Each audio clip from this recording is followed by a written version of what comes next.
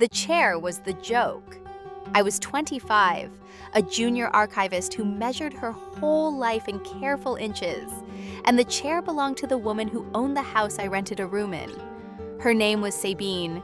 She was 39, she restored old books for a living, and the deep oxblood chair by the window was the one piece of furniture in that house no one ever sat in. My friend Joss dared me. "Sit in it," she said. "Read something out loud like you own the place." So I did, with one of Sabine's books open in my lap and my mother's small pearl earrings cold against my jaw. Sabine came home an hour early. She crossed the room without a sound. She did not raise her voice. She reached down, closed the book in my hands, and said 2 words: "Stay there."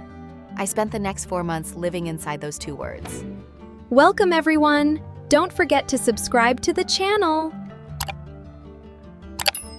If you want to hear uncensored, too hot for YouTube stories, check out my Patreon in the description. Tell us where you are watching from and subscribe. I want to back up first. My mother died in the autumn, 8 months before the chair, and she did not leave me very much. She left me a shelf of paperbacks with the corners soft from her hands. She left me a way of folding towels that I could not unlearn. And she left me 2 small pearl earrings, the kind a person buys once and keeps for 40 years, with a clasp on the left one that had gone loose somewhere in the last decade of her life. I wore them every day. I have to tell you about the earrings now, early, because they come back later, and when they come back, they will mean something I was not ready for. After the funeral, I needed a room, not an apartment. I could not have filled an apartment, and the silence of one would have finished me. I needed a room in a house where another person already lived, where there would be the sound of someone else's kettle in the morning. I found Sabine's house through a card pinned to a board at the city archive where I worked. The card was handwritten: "Top room to let, 6 months, quiet tenant preferred." The handwriting was very even, and even before I met her, I had a feeling about the kind of person who wrote like that. The house was tall and narrow, and stood on a street that flooded gently and politely whenever it rained, the water rising to the 2nd step and no further, as if it had been told where to stop. The ground floor was her bindery. That is the word she used, bindery. Though what she did there was more than binding. She repaired old books, rebuilt their spines, lifted water stains out of pages 200 years old with a patience I did not have a name for. She lived on the floor above the bindery. The top room, under the roof, was the one she let. I want to describe her the way I first cataloged her, because I cataloged her from the first hour, the way I catalog everything. It is not a romantic habit. It is closer to the opposite. When my mother was dying, I learned that if I noticed every small fact and held it still, I did not have to feel the large thing underneath. So I notice. I keep lists no one sees. At the archive, I was good at exactly one thing, and it was the thing nobody else wanted. When a box came in from a house clearance, a dead person's letters, a dead family's photographs, the soft accumulation of a whole life tipped into an acid-free container, I was the one who sorted it. I read other people's last decades for a living. I had learned the order in which a person's handwriting fails.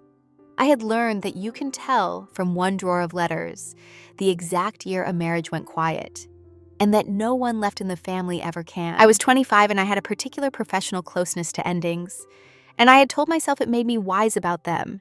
It did not. It only made me quick at recognizing them, which is not the same thing as being ready for one. I tell you this because it explains the carefulness, and the carefulness explains everything that comes after. A person who has spent her working life watching how things come apart will, in her own life, hold very still. She will rent a room, and not an apartment. She will keep her wanting in a box with the lid weighted down. She will apologize to the stairs and mean it. Sabine had a particular economy of movement. She never made 2 motions where one would do. When she crossed a room, she seemed to have decided on the route in advance. She wore a watch on her left wrist, an old one, the leather of the band gone dark and soft, and when she was thinking, she would press her thumb flat against the band, once, and hold it there. She wore a gray cardigan most days that was not actually gray. In the window light, if the light moved, you could see it was a very dark green, and once I had seen the green, I could never again see it as only gray. She smelled of bergamot and old paper. Her voice was even and unhurried, the way a person reads aloud to a child who is nearly asleep. And there was a millimeter at the corner of her mouth that moved when something amused her. Only a millimeter. She did not smile the way other people smiled. You had to be watching for the millimeter, and I learned to watch for it. She interviewed me at her kitchen table. There was a kettle on the stove, dented on one side, and 2 cups already set out, and one of the cups was chipped at the rim. She gave me the chipped cup. I noticed that she gave me the chipped cup, and I noticed that she did it without apology, and I decided that I liked her. In the careful, provisional way I allowed myself to like anyone that year. She asked me 3 questions: what I did, whether I kept late hours, whether I could be quiet in a house that needed quiet. I said I was an archivist, that I kept ordinary hours, and that quiet was the only thing I was genuinely good at. The millimeter at the corner of her mouth moved. She said the room was mine. She said it the way you would close a small, finished matter. There was one rule in that house, and it was not spoken as a rule. The bindery was hers. The kitchen we shared. The top room was mine. And the deep oxblood chair by the window on her floor, the reading chair, was nobody's, which is to say it was entirely hers. I understood that without being told. The chair had a seam along the right arm where the leather had split and been mended, and it sat in the best light in the house, angled toward the window, and there was always a book on the small table beside it. It was the chair of a woman who lived alone on purpose. I would no more have sat in it than I would have opened her post. So that was the house. A bindery that smelled of glue and paper. A kitchen with a dented kettle and a chipped cup. A tall flight of stairs to my room under the roof. A landlady who moved through her own life like a surgeon. And a chair I was not going to sit in. The arrangement had an end date. 6 months, the card had said. My 6 months would be finished in the spring. I thought I knew exactly how the spring would find me. I had not been expecting any of it. Joss was the one who dared me, and I should tell you about Joss, because she set the whole thing moving, and then, in the way of people who set things moving, she walked out of the room and missed everything that mattered. Joss and I worked together at the city archive. She was 2 years younger than me, and she had the particular fearlessness of a person who has never once cataloged her own feelings. She found my carefulness funny. She found it funny in a kind way mostly, the way you find a cat funny for refusing to walk on wet grass. She had been to the house a handful of times by then, in the late winter, and she had formed a theory about me, and the theory was this: that I lived in that house like a guest who expected to be asked to leave at any moment, and that I had made myself so small inside it that I had stopped taking up even the space I was paying for. She was not wrong. I did tiptoe. I washed my chipped cup and put it away before the water had finished settling in it. I learned the 2 stairs that announced themselves and stepped over them. When Sabine worked late in the bindery, I would sit on my own bed with a book rather than read in the warm room downstairs, because the warm room downstairs had the chair in it, and the chair made the whole room feel like a sentence I was not allowed to finish. It was a Thursday evening in the first week of March. Sabine had told me that morning she would be at a viewing across the city and would not be home until 10. Joss had come over with a bottle of wine, the cheap green kind, and we had drunk most of it in the kitchen. And then we had drifted up to the reading room because it had the good lamp and the better light. And Joss had stood in the middle of it with her glass and looked at the chair the way you look at a museum rope. She said, "Sit in it." I said no. She said, "You have lived here 5 months and you have never once sat in the most comfortable chair in the house. You make tea in a broken cup. You apologize to the stairs." I said I did not apologize to the stairs. She said, "Sit in the chair, Wren. Read me something out loud like you own the place. I dare you. 2 minutes, she will never know, and you will have done one reckless thing this year, and I can stop worrying that you have turned entirely into a folded towel. It is a small thing, a dare. I want to be honest about how small it was. It was a cheap bottle of wine and a friend who loved me and a chair. But I had spent 8 months making myself careful enough to survive. And somewhere under the carefulness, there was a version of me who wanted, very badly, to do one thing that was not measured. So I picked up the book from the small table beside the chair. It was a cloth-bound book, dark blue, one she had clearly been reading, with a strip of paper marking her place. And I sat down in Sabine's chair. I want to slow down here, because this is the part that changed everything. And I have gone over it so many times that I can move through it now 1 second at a time. The chair was warm, not from a person, from the lamp, from the long day of light through the window, but it surprised me anyway, the warmth of it, the way it took the shape of me without resistance, the way the split seam under my right hand had been mended with small even stitches by someone who mended things for a living. I caught the smell of bergamot rising off the cushions. I had not known the chair would smell of her. I should have known. She sat in it every evening of her life. I have tried since. To be fair, to the version of me sitting warm and a little proud in a chair that was not hers. She was not doing anything cruel. She was 25 and motherless, and she had been good, relentlessly, exhaustingly good, for 8 straight months. And she had finally been handed a small permission to be a little bad, and she had taken it with both hands. I do not think I would tell her to get up, even now, even knowing the whole of the next 4 months. I think I would only tell her to keep her hand flat on the mended seam, and to breathe, and to remember the 90 seconds exactly, because she was going to want them later. Joss said something about my reading voice, and I lifted my chin, and read the next sentence even more grandly. And the lamp was warm, and the wine was warm in me, and the rain had not started yet. And for the length of one more paragraph, nothing in my life had a clock on it. Joss laughed and told me to read. So I read. I opened the dark blue book to her paper marker, and I read a paragraph aloud in a voice that was trying to be grand and was mostly just unsteady. Joss applauded silently. The lamp was warm.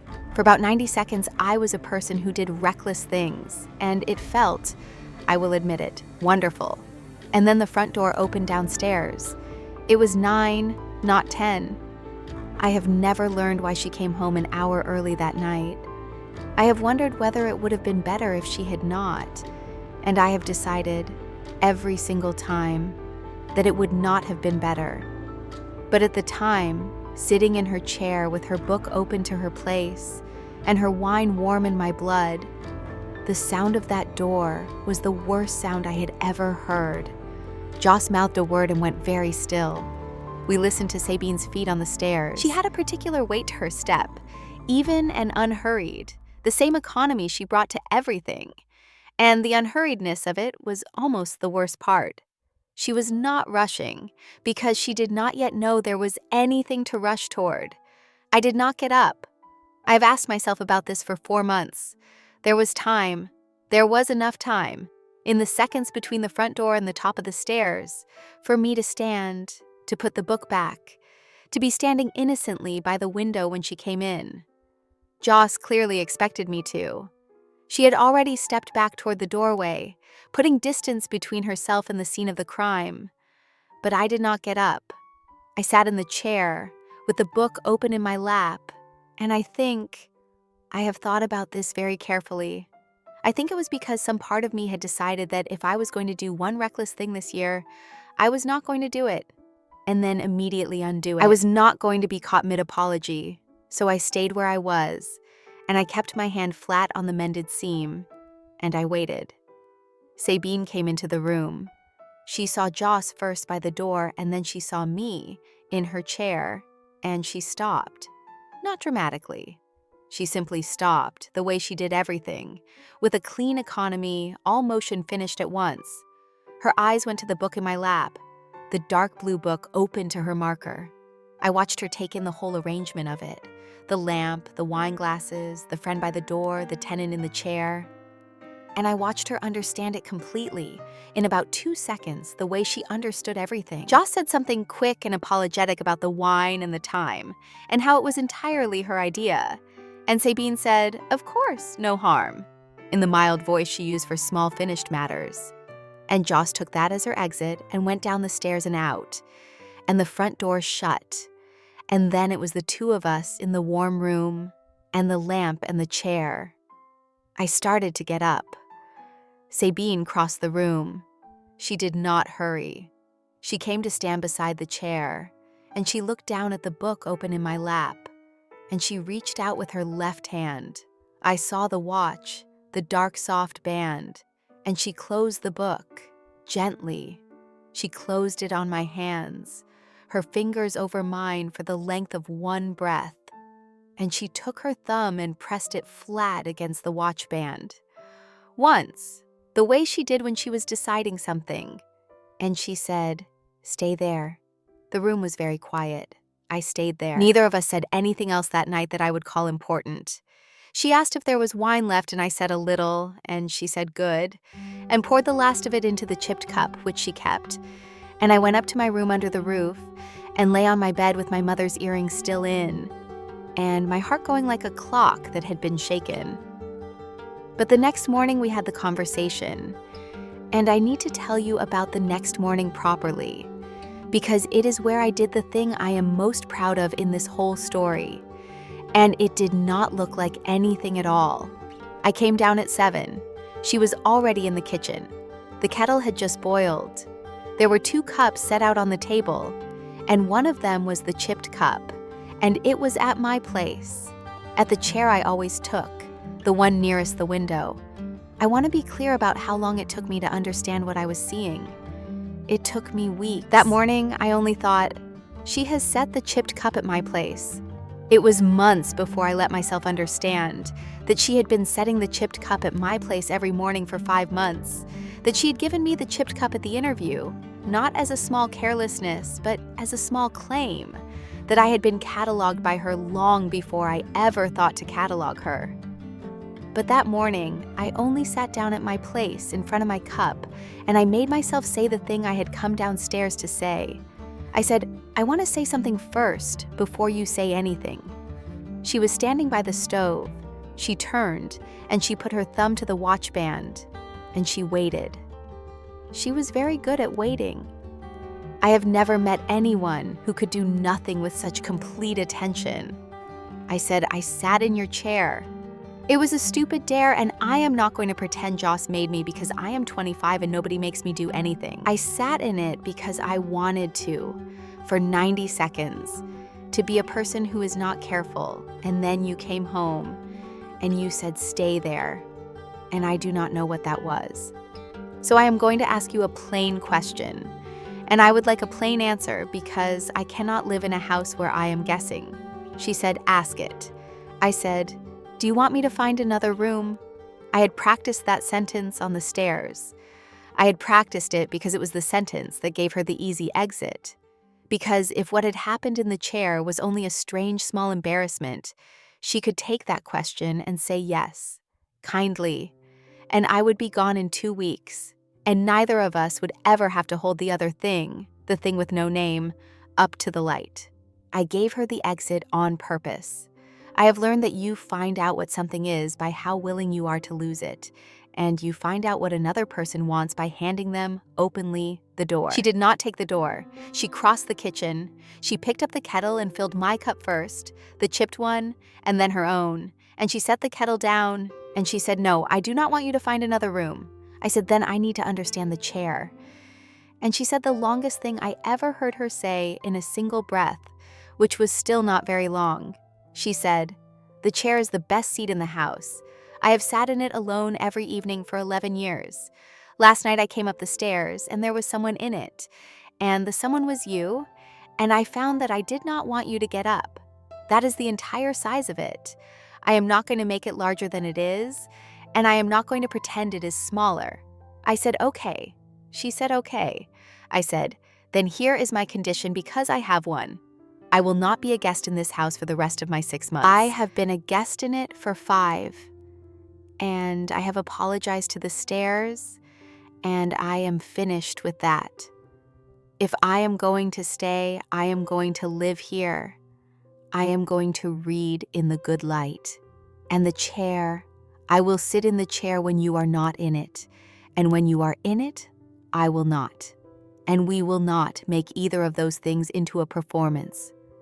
The millimeter at the corner of her mouth moved. She said, "That is a reasonable condition." I said, "I know, I am a reasonable person." She said my name then, once. She said, "Ren," just that.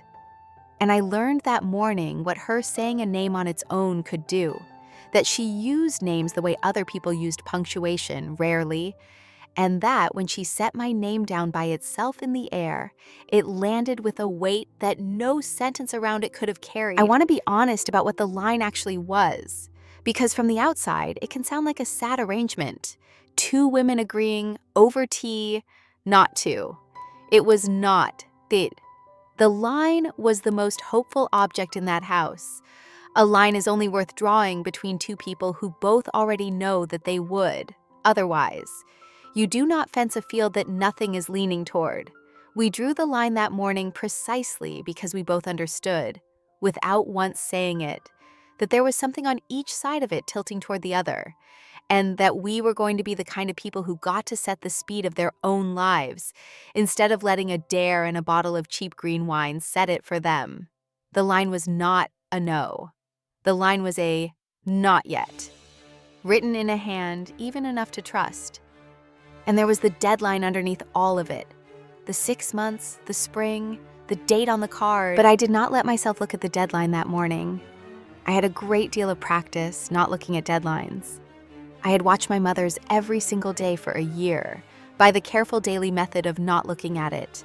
I was about to learn that the not looking, which had carried me through one ending alive, was going to come very close to costing me a beginning. We drank our tea. The dented kettle ticked as it cooled. Outside, the rain had started, and the street took it the way it always did, politely, rising to the second step and no further. That was the morning we drew the line. We did not call it a line, but we both knew, by the time the cups were empty, exactly where it ran. And we both knew that the entire point of a line is that you can see it and choose every single day not to cross it. I did not know yet how many days I would choose that. I want to say it was the discipline that I am proud of. It was what I am proud of is the question. Do you want me to find another room? Because I asked it plainly. And I gave her the door, and I did not make her be brave alone. The first week after the chair passed in a strange suspended quiet, and I want to take you through the weeks that followed slowly, because the weeks are the real story. And because what happened in them was so small that if I rush you past it, you will not believe it was enough. It was enough. It was almost unbearably enough. Here is how the evenings arranged themselves. Sabine worked in the bindery until 7 or 8. I came home from the archive at 6. I would make tea, in the chipped cup, openly now, no longer hiding the sound of the water. And I would go up to the reading room, and I would sit in the chair because she was not in it, and I would read in the good light. And at some point I would hear her on the stairs, even and unhurried, and I would not get up, but I would close my book, and she would come in and take the smaller chair across from me, the one with the wooden arms, and she would say, "What are you reading?" And I would tell her. That was the shape of it, night after night. The someone in the chair was me now, and the someone across from me was her. And the 8 or 9 feet of warm lamplit air between us was a country with its own laws. On the 4th evening, she brought a second lamp up from the bindery and set it on the table by the wooden chair, without a word, so that she would have light to read by too. I catalogued the lamp. I added it to the room. I have a list, still, of every object that arrived in that room over those weeks. Each one carried up without comment and set down as if it had always been there. The second lamp, a footstool, a small blue dish for the hairpin she took out at the end of the day. A second bookmark. The room filled up around the 2 chairs the way a tide comes in, so gradually that you cannot name the moment the sand goes under. It was in the 2nd week that Pia first came to tea, and Pia is the person who said the thing out loud, so I have to bring her in. Pia was older than Sabine by perhaps 20 years, and she had taught Sabine the bindery trade when Sabine was a young woman. And she came on Sunday afternoons with a paper bag of almond biscuits and a great deal of opinion. She had known Sabine through every season of her adult life. The first Sunday she found me there, she sat down in the wooden chair, not the oxblood one, never the oxblood one, Even Pia observed that border, and she watched me carry the tea things in, and she watched Sabine move the second lamp an inch so the tray would fit. And she ate a biscuit, and she said to Sabine, in a voice that was not at all lowered, "So you have stopped sitting in that room alone." Sabine said, "Pia." And Pia said, "I am only saying what is in front of me. 11 years I have come to this house on a Sunday, and sat in that wooden chair, and watched you sit in the other one like a woman guarding a border. And now there is a girl in the border chair, and you have carried up a second lamp. I have eyes. I am old. I am not blind, and I am too old to pretend the room looks the way it looked last year." Sabine did not answer her, but her thumb went to the watch band, and it stayed there. And I sat with my tea, and I understood that Pia had just named, in a sunlit room with biscuit crumbs on the tray, the exact thing that Sabine and I had agreed, without agreeing, never to name. I went up to my room that night, and I asked myself a question I did not have an answer for. Why was she being kind to me? Not the carrying of lamps. Kindness explains a lamp. I meant the larger thing. I meant the 11 years alone in that chair, and the way she had said, "I did not want you to get up," as if it had cost her something to say it, and she had decided the cost was acceptable.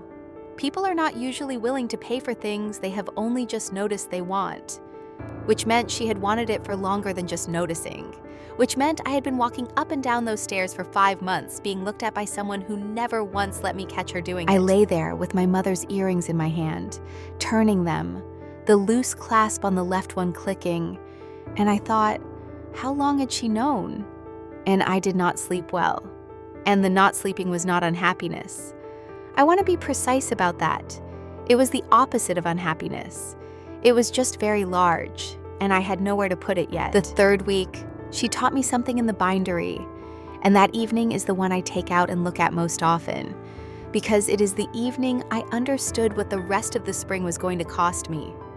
She had a book on the bench, a small one, 18th century, with a spine that had cracked along its full length, so that the cover hung from the pages by a thread of old glue and intention.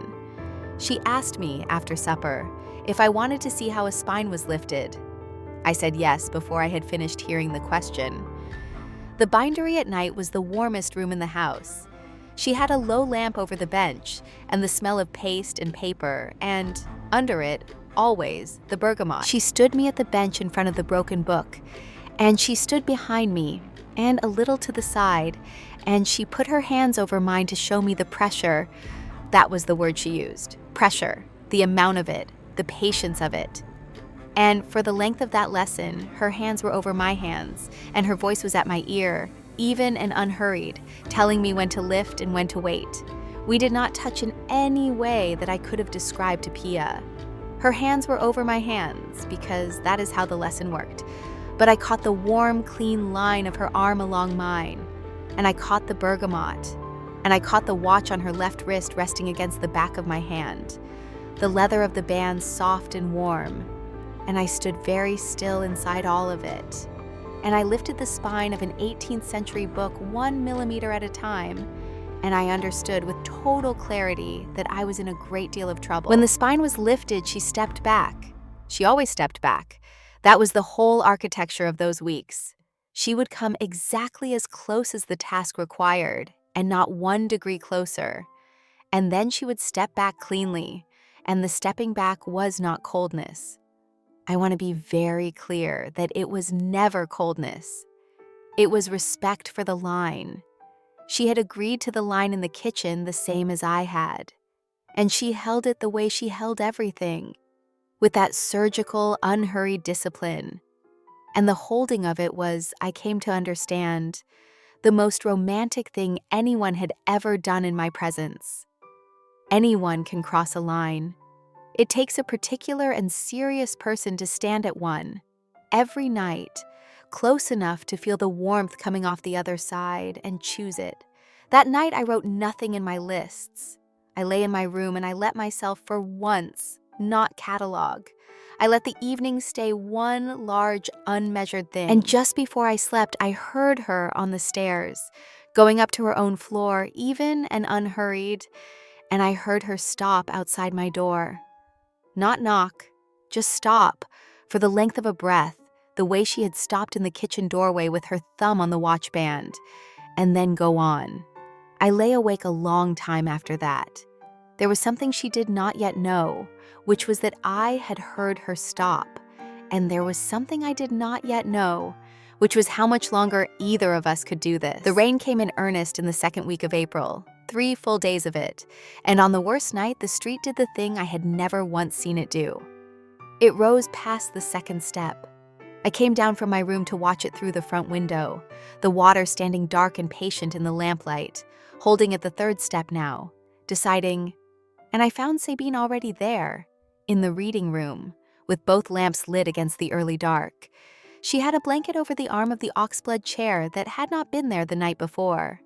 A wool blanket, the color of weak tea. I added it to my list. The room had been filling all spring, object by object, and now there was a blanket. And I understood that the blanket was for me, the way the second lamp had been for her, and that neither of us was going to say so.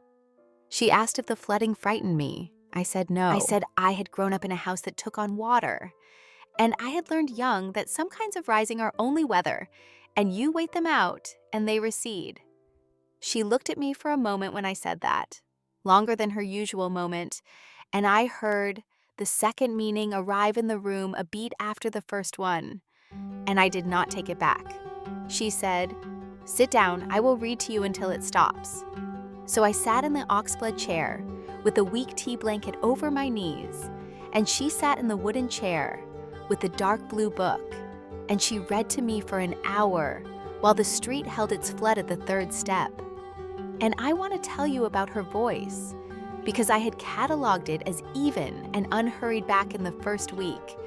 And that night, I learned the catalog entry had been incomplete. When Sabine read aloud, she did not perform. She did the opposite of perform. Her voice went lower and slower and lost every edge. And it was exactly the voice of a person reading to a child who is nearly asleep and must not be startled the rest of the way out of it. It was surgical in the way her hands were surgical, all the unnecessary motion removed, only the necessary warmth left. I did not hear most of the words. I'm not ashamed of that. I heard the temperature of them. At some point, my hand had come to rest on the mended seam of the chair arm, the split one, palm down. And at some point, without either of us deciding it out loud, her hand had come to rest on the same arm of the chair, on the wood at the end of it, and the distance between the side of her hand and the side of mine was less than the width of a finger. Not touching. A finger's width of warm lamplit air. We both knew it was there. She did not move her hand away, and I did not move mine. And we held that finger's width for the length of a chapter. And it was, I promise you, more than most of the touching I had done in my life had ever been. When the chapter ended, she closed the book, not the way she had closed it the first night, not on my hands, just closed it. And she said it was late, and she stood, and she carried one lamp down to the bindery the way she always did. And I sat on alone in the warm chair under the weak tea blanket, and I listened to the rain ease, and I thought, she will pass my door on the way up, and she will stop outside it, and she will not knock. And an hour later, she did exactly that. I had begun to be able to predict her. That frightened me more than any flood, because you can only predict a person you have already, quietly, started to build a life around. By April, the house had a rhythm, and the rhythm had a name even though we never said it. Joss saw it before I admitted it. She came over on a Saturday, and we sat in the kitchen, and she watched me take down the chipped cup for myself without thinking, and pour, and she watched me carry it toward the stairs, as if my body already knew the route to the chair. And she said, "Wren, you are in love with your landlady." I said, "I am going to be honest with you because you are my friend. I do not know what I am." She said, "You do know. You catalog everything. You know to the millimeter. You are choosing not to file it." And that was true. And it was the kindest, cruel thing she said to me that year, because she was right that I knew. And she was right that I had built a small, careful room inside myself and put the knowledge in it and shut the door. And the reason I had shut the door was that my 6 months ended in 3 weeks, and I did not know how to want something on a deadline. I said that to her. I said, "It ends in May.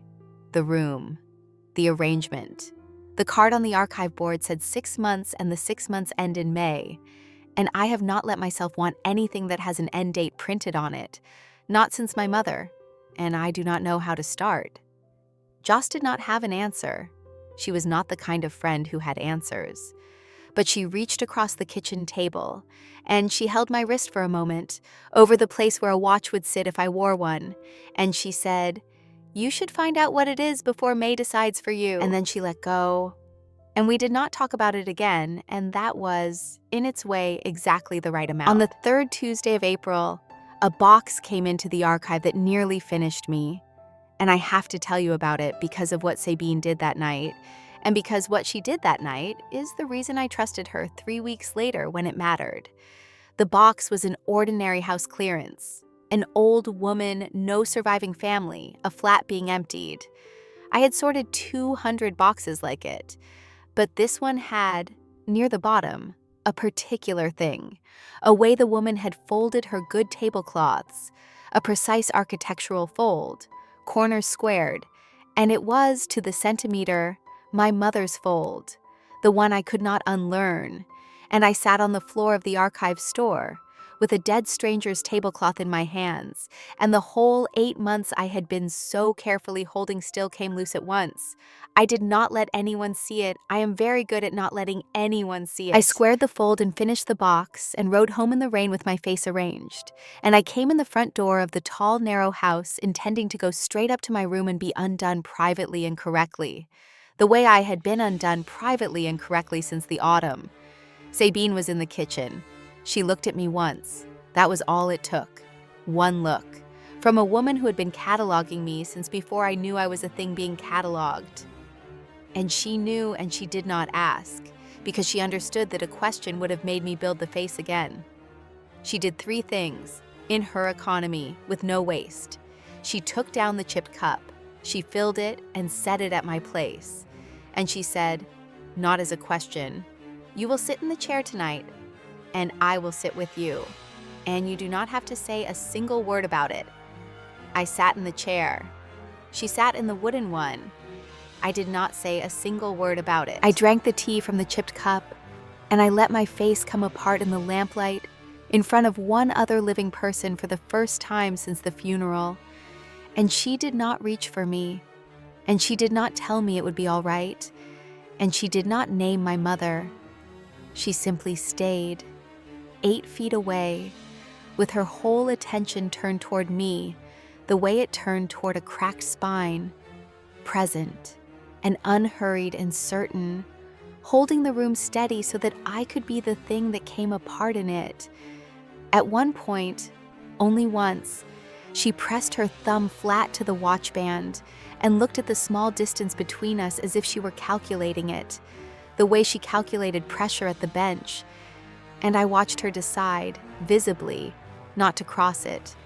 Not because she did not want to. I had stopped being able to pretend she did not want to. She did not cross it because she had understood something about me that I had not yet said out loud, that I would not survive being held that night and keeping my line the next morning, and that she was not willing to spend us cheaply on a night when I was weak, when she could wait and spend us properly on a night when I was strong. I went up the stairs steadier than I had any right to be. Why was she being kind to me? I had asked myself in March. By the end of April, I had stopped asking it. It was not kindness.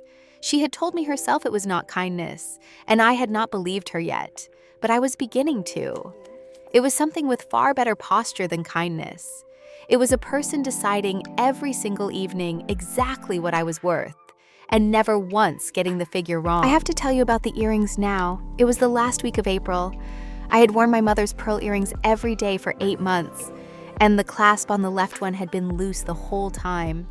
Loose since some year of my mother's life I would never get to ask her about. And I had a particular way of touching my left ear, without thinking, checking all day long, the way you worry at a chipped tooth without quite deciding to. That spring, I lost the left earring twice and found it twice, once on the stairs and once in the bindery, and the third time, I thought, there would be no finding it. One evening I came home, and the earring was not on the small table by my bed where I left them at night, and took them up each morning. Both of them were gone. I went down through the house with a cold, flat panic rising in me. The particular grief panic of a person who has very few objects left that a dead woman has touched. And I found Sabine in the bindery at the bench, under the low lamp. She had the earrings in front of her on a square of felt. She had a jeweler's tool, a tiny one, the kind a person who restores delicate things would simply own. She did not look up.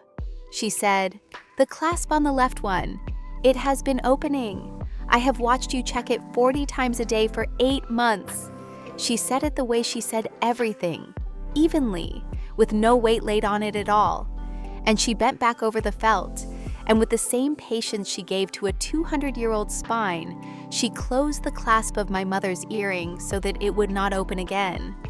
I stood in the doorway of the bindery, and I did not trust my voice, so I did not use it. She finished. She set the tool down. She put both earrings back on the square of felt and turned it toward me so I could pick them up. And she said, the only explanation she ever offered for any of it, "People think the word for what I do is kindness. It is not. I am not especially kind. The word is correctness. I cannot stand to watch a thing that is coming apart when I have the tools to hold it together, and I am simply not using them. That is all it has ever been with me. A book, a clasp." She stopped, and then she said, more quietly, "And you?" I picked up my mother's earrings from the felt. I put the left one in, and the clasp held. It held, for the first time in 8 months it held, and I felt the small click of it like a door deciding to stay shut. I said, "You closed the book that night. In the chair, you did not say anything yet, you just closed the book." She said, "Yes." I said, "I have thought about it every day." "I thought you were closing it because I had no right to it." She said, "No." She pressed her thumb to the watch band. "I closed it because you were reading it aloud in a voice that was pretending, and I did not want you to perform in my house. I wanted you to simply be in the chair. So I closed the book, and I said the true thing, which was that I wanted you to stay there." She looked at me then, directly, which she did not often do. The millimeter at the corner of her mouth was fuller than a millimeter. She said, "You have been staying there for 2 months. I have been very careful not to mention it."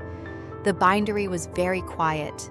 The low lamp, the bergamot, my mother's earring holding shut against my jaw because this woman had decided it was not correct to let it fall. I had not been expecting that. I had walked down the stairs in a grief panic about an object, and I was walking back up holding something else entirely.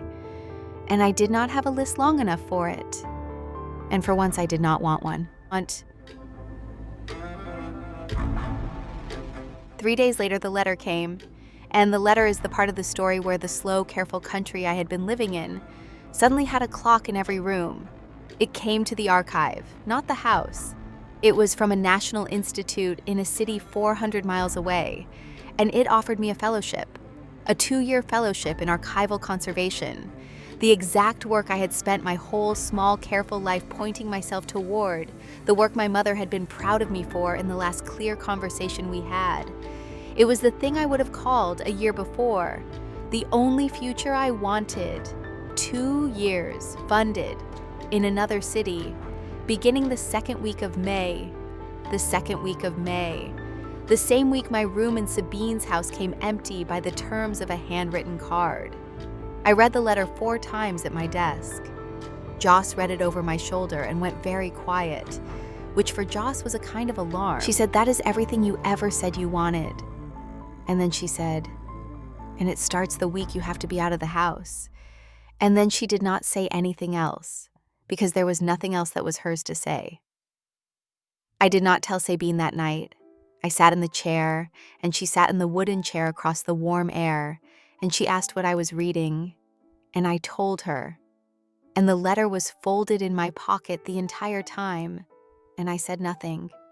And that was the only genuinely dishonest evening of the whole spring. I have not forgiven myself the cleanness of it. How easily I could sit 8 feet from her and hold a thing that large and let my face do nothing. I had been trained in not feeling by my mother's long dying. That night, I saw for the first time that the training had a cost, and that I was paying it, and that she was paying it too, across the lamplight, not knowing yet that there was anything to pay. In the days before, I told her I did a thing I am not proud of, which is that I researched the question instead of feeling it. I am an archivist. When I am frightened, I gather documents. I read the Institute's terms 4 times. I learned that fellowships could be deferred, that people deferred them for a year, sometimes 2, for illness, for family, for what the Institute called, in its even administrative language, compelling personal circumstance. I read that phrase a great many times.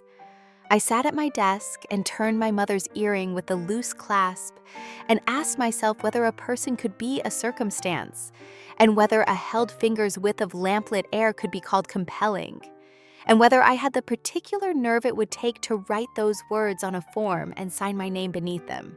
Pia knew before I told anyone. Pia always knew. She caught me on the Sunday with the letter still folded in my bag, and she did not ask to see it. She only said from the wooden chair, with a biscuit held in her hand, 11 years. I watched that woman sit in this room alone and call it a preference. It was never a preference. It was a sentence she had handed down to herself, and she had long ago stopped expecting anyone to overturn it. She looked at me a moment.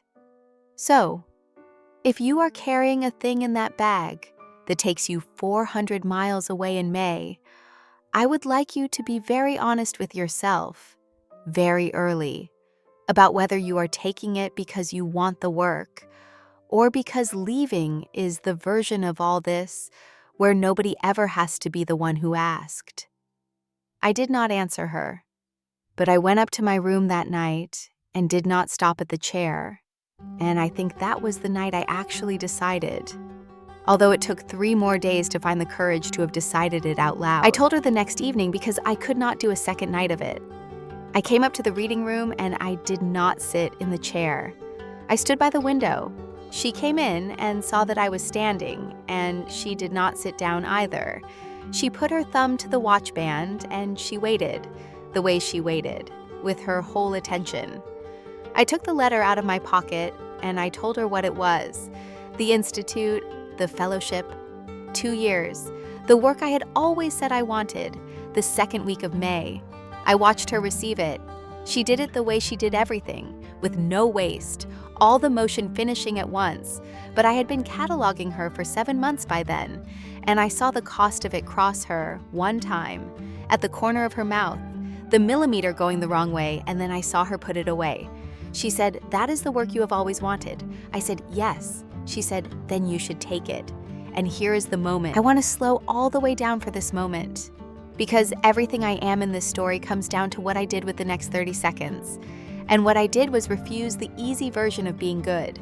The easy version was standing right in front of me. The easy version was, she had just handed me the door.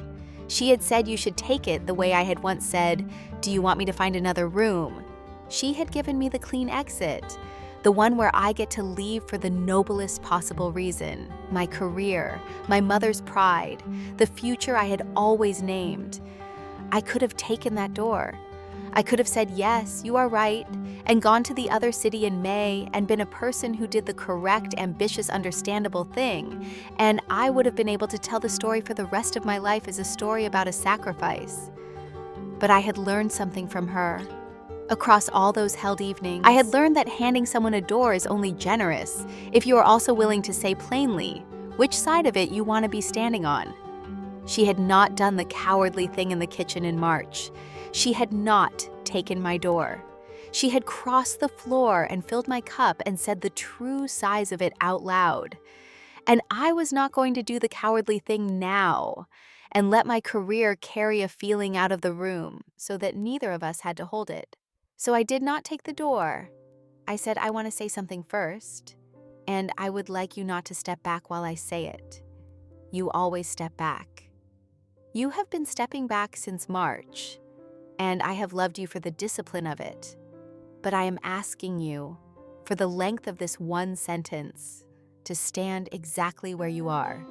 She stood exactly where she was. I said, I am not going to let my work be the reason I leave this house, because it would be a lie, and it would be the most respectable lie I ever told. And I have watched what respectable distance does to a person. I watched my mother be respectfully careful right up until there was no more time to be anything else. I do not want the fellowship more than I want this. I have measured it. You know that I measure everything. I have measured it every night for 2 months from 8 feet away, and the measurement does not change. So I am not asking you whether I should take the fellowship. I am telling you that I am in love with you, and that the clock on the wall is not going to be the one that decides what happens in this house. We are, out loud, tonight. I had never said so many words to her at once. I had certainly never said those particular words to anyone. My whole life had been an exercise in the opposite, in noticing precisely so that I would not have to announce, in cataloging a feeling so thoroughly that it could be filed away instead of spoken. And here I stood in the reading room with the letter still warm from my pocket, having said the most unfiled sentence of my life to a woman who had spent 11 years turning distance into a discipline. And I had asked her, on top of all of it, not to step back while I said it. It was the bravest thing I have ever done, and I want to be exact about why it was brave, because it was not brave to feel it. The feeling had been the easy, involuntary part, easy as the weather, easy as the street taking on rain. It was brave to refuse the respectable exit. Anyone watching from outside the window would have called me a fool for setting down a funded 2-year fellowship, the precise shape of my mother's last clear pride in me, in order to stand in a rented room and stake the whole of it on whether a careful woman would say one short sentence back. But I had spent a spring learning, from her, that the respectable distance and the loving thing are very often not the same thing in different coats, and that on the days they are not, you have to choose between them, and you have to do the choosing out loud, where the other person can hear you pay for it. The room was very quiet. She did not step back. She crossed the room. She came to stand in front of me by the window, as close as she had come at the bindery bench, and this was the thing. This was the whole architecture of 7 months breaking cleanly in one motion. She came 1 degree closer than the task required. The first degree closer she had allowed herself since the night she closed the book. She lifted her left hand the watch, and she set it against the side of my face, her palm along my jaw, her thumb resting just under the place where my mother's pearl earring held shut, because she had decided it was not correct to let it fall. She said, "How long do you think I have known?" I said, "I have wondered that for 2 months. I think longer than I have known. I think you knew the morning you gave me the chipped cup." She said, "Before that. I read your card off the archive board 4 times before I let myself pin a notice next to it. I wrote quiet tenant preferred, and I meant something I was not ready to say even to an empty board." She pressed her thumb once against my jaw, the watch band warm. "You have been cataloged, Wren. From the first hour. You were never the only one keeping a list." She told me the rest of it then, standing close, her hand still warm at my jaw, in more words than she had ever spent at one time. She told me she had watched me come down those stairs every morning for 5 months and step carefully over the 2 that announced themselves, and that she had found it not annoying but unbearable that a person would make herself that small inside a house she was paying to live in. She told me she had begun setting the chipped cup at my place in the very first week, and that she had told herself it was only economy, only the sensible cup to give a tenant, and that she had known, even while she told herself that it was a lie, and that she had gone on telling it for 5 months because the truth was a door she was not ready to walk through. And she told me about the night of the chair. She said she had stood at the foot of the stairs in the dark for a moment, hearing me read aloud above her in a borrowed grand voice, and had understood that the door had been walked through without her, that I had walked through it, by accident, on a dare, with her own dark blue book open in my hands, and that all that was left for her to decide, climbing those stairs, was whether to close it again or hold it open. She said, "I closed the book and I held the door." Those were the two things I did that night. I have held it open every evening since, 8 feet away, and waited to learn whether you would notice it was open, and waited a great deal longer than that to learn whether you would walk back through it on purpose, awake, knowing the price of it. She pressed her thumb once to the watch band, against my jaw. Tonight, you did. I have been extremely patient. I am told it is one of my few genuinely good qualities. I said her name. I said Sabine. Just that. I had been saving it. I understood finally why she spent names so rarely. Because a name laid down alone, with nothing around it to soften it, is the most direct sentence there is. And you only want to use the most direct sentence there is once or twice in a whole spring. She kissed me by the window with the lamp warm behind us. It was not a long kiss, and I am not going to make it into a longer one than it was. Her hand stayed at my jaw. Her forehead came to rest against mine afterward, and we stood there, breathing the same small column of bergamot and paper air, and neither of us said anything for a while, because there was, at last, nothing left that needed saying out loud. When she did speak again, it was to ask quietly about the practical shape of things, because she was Sabine, and even with her forehead against mine, she could not help being a person who held things together correctly. We talked it through standing up by the window, my hand finally allowed to rest on her arm. The fellowship could be deferred. Institutes deferred fellowships for people who asked properly, and I would ask properly. Or it could be taken later, or differently, or the work could be found nearer. None of it had to be solved that night.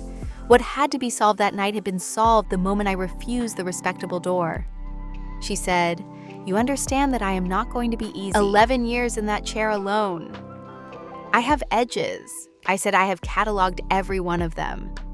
I am not afraid of an edge. I am an archivist. I am very good with old, valuable, complicated things. The millimeter at the corner of her mouth went all the way to the thing it had been threatening to be for 7 months. And it turned out that when Sabine truly smiled, it was worth every evening I had spent 8 feet away waiting to find out. We did not do anything else dramatic that night. I want to be honest about that, because I know the kind of story this could have turned into, and it is not the kind of story it was. She made tea. She made it in the chip cup for me, and in her own cup for herself, and we carried them back up to the reading room, and we sat, for the first time in 7 months, not 8 feet apart in 2 separate chairs, but at the 2 ends of the oxblood chair itself, which was wide enough for it, exactly wide enough, if 2 people had spent a whole spring learning the precise and unbearable value of 8 inches, and had finally, deliberately on purpose, decided how to spend them. She read to me, the same dark blue book, from the same strip of paper, in the low, unhurried voice that took every edge off every word. And I sat with my shoulder against her shoulder, and my mother's earrings holding shut against my jaw. And I did the thing I had not managed once since the autumn. I stopped cataloging. I kept no list of that evening. I have no entry for it anywhere. I let it be one large unmeasured hour, the first I had allowed myself in a year, and I have never for a moment regretted the gap it left in the record. Outside, the street had taken its reign and let it go again, the way it always did, rising only so far and then receding, as though it had been told long ago precisely where to stop. I thought, and it did not make me sad to think it, that I had been a little like that street for 8 months, careful, obedient, holding at the second step, mistaking the holding for safety. And I thought that the woman beside me was the first thing in a whole year to have asked me, without once raising her voice, whether I might consider rising past it. It is autumn again now, a full year from the autumn my mother died, and I am telling you this from the reading room. And I want to leave you with how the room looks, because the room is the answer to everything. I did not leave in May. I deferred the fellowship properly with a good letter, and I will do that work. But I will do it from here, on terms that have a person in them, and not in a city chosen by the date on a card. The card is gone. The arrangement is gone. There is no end date pinned to anything in this house anymore, and the strangeness of living without an end date is something I am still slowly learning to trust. The chipped cup is still the chipped cup. She still sets it at my place every morning, and I have stopped pretending I do not know what it means. And some mornings I get downstairs first and set it at hers. Pia came on Sunday and ate her almond biscuits in the wooden chair and looked around the full warm room and did not say anything at all, which from Pia is a whole speech. My mother's earrings are on the small blue dish at night now, beside Sabine's hairpins, and the clasp on the left one has never opened again. And the chair, the deep oxblood chair by the window, the one that started as a joke, the one I was dared into, the one no one was allowed to sit in. The chair is wide enough, it turns out, if two people who have spent a whole spring learning the exact value of 8 inches finally decide to close the distance. We read in it in the evenings now, the good lamp, the split seam mended with small even stitches, the bergamot, which is no longer only hers. Last night I tried to get up to put the kettle on, and she closed the book in my hands gently, the way she did the very first time. Her thumb pressed flat against the watch band, and she looked at me, and she said the 2 words I have been living inside for a year and intend to go on living inside for the rest of my life. She said, "Stay there." I stayed there.